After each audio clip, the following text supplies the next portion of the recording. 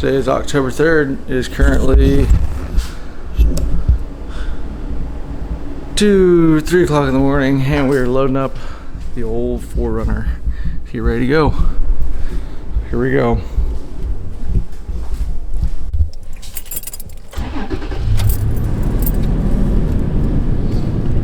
All right, and we're off.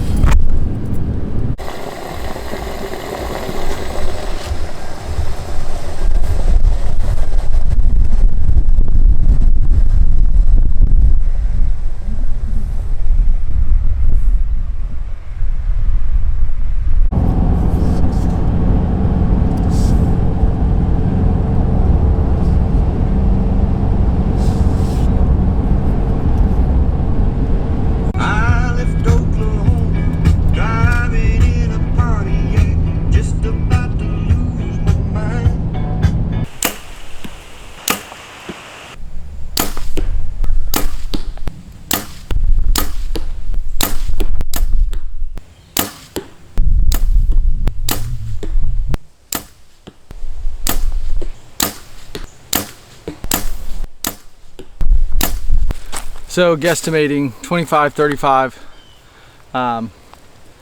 Mentally, I feel like, at least because that target stands out and like there's the contrast of the green and the colors, I think that helps me like mentally visualize those yardages a little bit better. I don't know how good that's gonna go in the woods, just because, especially when you're up in a tree, everything looks further away. But just trying to get in the practice of essentially making that decision on those shots on the fly, rather than being so strict about having certain ranges. So I feel confident about that, but I am struggling so hard to get my release to go off. I don't know why. Like mentally, I just am focusing so much maybe on the weight on my index finger and not enough shifting to the thumb. I don't know if that's an issue of me just not having the right fundamentals with this. This is the Carter Wise choice. I don't know if it's just something I'm fundamentally doing wrong, or I'm not thinking about it the right way, which really I know has such an impact on this stuff. Or if I should try an index. I really just don't know. But I'm trying to like keep it in my hand and practicing like having that weight on my index and then this ring finger, and almost like slowly letting my hand open. But that's so hard to do when you got weight on. So I don't know, that's just something to practice for sure. But I'm struggling with it today, and that's like shockingly fatiguing on my mind. I've shot a good bit this weekend, and so that's part of it too. But I'm about to shoot at 45, so we're gonna see how that goes.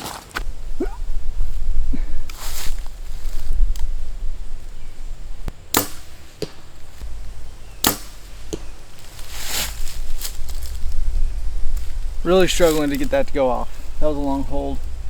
I still feel like it's thumb, but even when I'm pushing on, I'm trying to let that weight transition to the thumb button as I'm like pulling back, and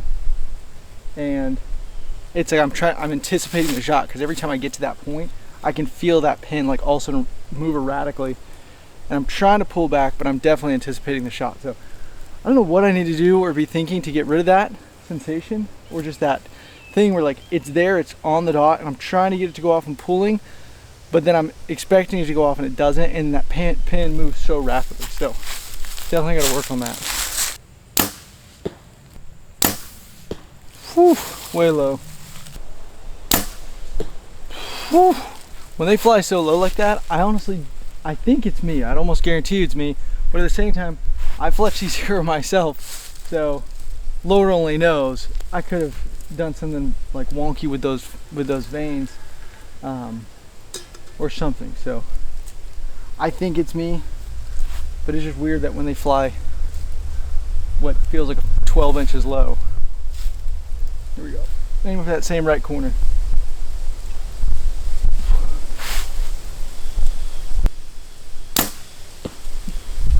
Real low on that one, and to the right, but that's the rights to me. It's just,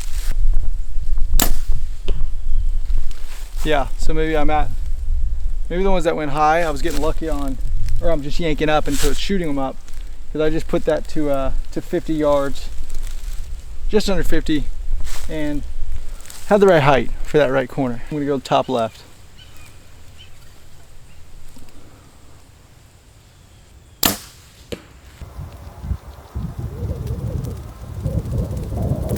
These are similar weight to the other arrows I was running. I had AE Max stealth vanes on other arrows that I built. These may be a little heavier, and I've not changed out the sight tape since then. So this could just be a thing where between, or really like up to 40, it's pretty close, but then everything after that's getting wonky. So I'm gonna have to probably set a new weight or a new sight tape for these arrows. But I like these arrows a lot, these Rip TKOs. They're 300 spine instead of 350, but the weight difference is really not that significant between the two. And then I've got iron wheels up front, the inserts, and then these collars. But one of the issues that I'm having that I don't like about these Blazer vanes is the fact that they're hitting my cable guard. And this is a Matthews V3. And this is actually common with a lot of Matthews I've seen online, but like if you look at that cable guard right here and where that arrow sits, that wants to hit it coming out, where those Stealth Max didn't have that. So basically it's making contact on this cable guard right here. That's hitting that vane. So I turned them to, so basically the cock vane's about 1 o'clock now, and that helps. It seems like it's not hitting anymore. But I found out about that. I really just realized that this trip, where my AE Max vanes, those, I guess, yeah, they're the stealth vanes, I never had that issue. So something to consider if you go with these vanes is just be mindful of that. I think most of the inaccuracy I'm facing is, it's on me. I'm yanking a lot, especially right now. I don't know why. Maybe it was just fatigue. Really didn't sleep much last night. And then been shooting a lot. So I'm gonna chalk it up to a combination of both of those things, and then really just focus on that release. But yeah, this hitting it again, I don't really know how much effect. Somebody online, you guys probably would know better than me.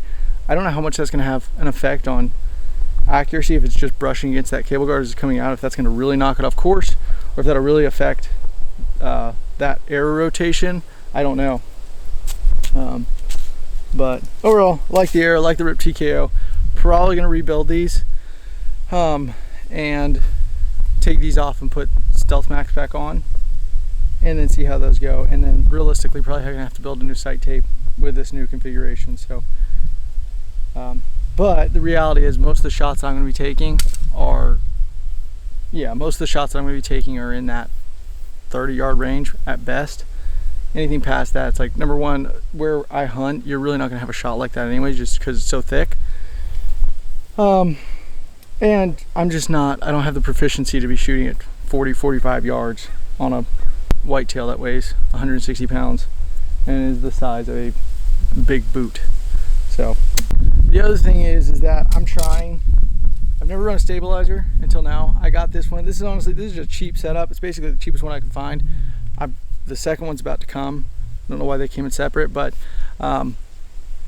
right now I'm not running any weights on it. I just want to see what that felt like by itself. Obviously there's minimal weight difference, but when I did have a weight up front, obviously it's really want to tip that bow down, especially with these legs on.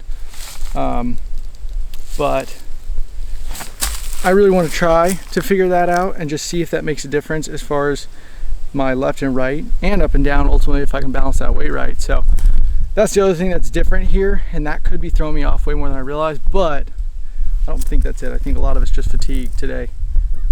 So once I get this back bar and everything set up, really excited about playing with that just to see how that feels. And then if I can get that going right, I may end up upgrading to something that I can customize more with specific weights. This thing only comes with 2 in the front and then the same 2 in the back. So really not a ton of flexibility with that, but yeah, very, very curious to see how that goes. All right, this is, I'm guessing, at least 50, 55 maybe, just for the heck of it, because it's cool to watch them fly.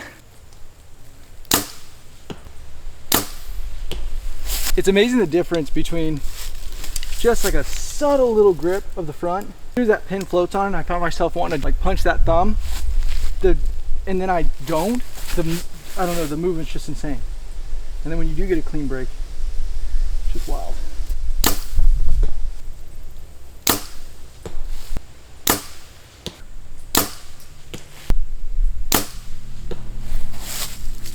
That one felt good. It is 3:45. I just got in the tree, and this is an area I scouted today. And I found a monster rub and 3 or 4 really good scrapes. 1 or 2 of them look pretty dang fresh. So I just need this son of a gun to step out tonight.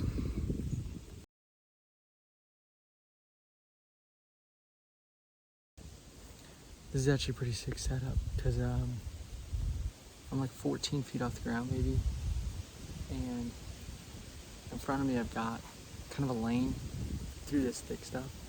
To the left of me here, there's an open field over there, and then that's another chunk of woods, and then back here is a cleared field entirely.